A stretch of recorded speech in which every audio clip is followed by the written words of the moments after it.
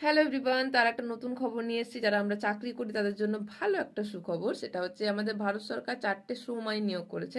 এই শ্রম আইন কি কি 4টে, সেটা হচ্ছে ওয়েজ কোড, 2 নম্বর হচ্ছে social security code, 3 number international religion code, occupational safety and health code.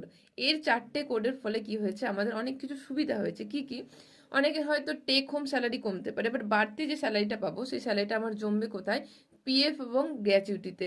যার ফলে আমার লং টার্ম ইনভেস্টমেন্ট বলো, লং টার্ম সেভিংস বলো, তাতে অনেক বেনিফিট পাচ্ছি, আমরা লং টার্মের জন্য বেনিফিটটা পাচ্ছি। আর এই জন্য অনেক কোম্পানিকে তার স্যালারি স্ট্রাকচার চেঞ্জ করতে হবে, এবং যার ফলে অনেকেরই কিন্তু স্যালারি বাড়তে পারে। আর শুধুমাত্র যে গভর্নমেন্ট এমপ্লয়ি তা নয়, আমাদের মতো অনেক প্রাইভেট কোম্পানি, প্রাইভেট সেক্টরের ক্ষেত্রেও কিন্তু ওই সেম জিনিসটা প্রযোজ্য। তাহলে এরকম আরও নতুন খবর পাওয়ার জন্য আমাদের চ্যানেলটাকে সাবস্ক্রাইব এবং লাইক করতে অবশ্যই ভুলবে না।